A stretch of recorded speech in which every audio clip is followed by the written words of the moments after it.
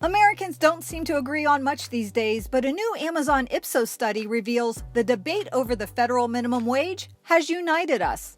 It really highlights two main findings. Number one is the overwhelming majority of Americans who believe the current minimum wage is too low and should be increased.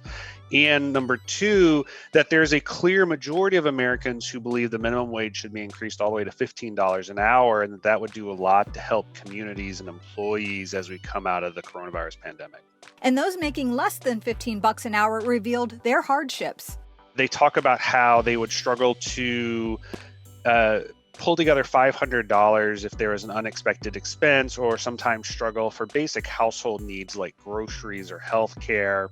And that if their income was increased to $15 an hour, a lot of those gaps would be filled and they would be in much firmer financial footing. But most Americans aren't looking to the government to solve the issue. I think one of the most interesting findings is that 80% of Americans believe that large companies should play a role in raising wages. And when Amazon raised its starting wage to $15 an hour in 2018, we committed to advocating for a higher federal minimum wage and also encouraged other large companies to raise their wages as well. And the research shows that Americans support companies acting without federal legislation. When we first raised our starting wage to $15 an hour, we've seen the impact it's had on our workers in the communities where they live.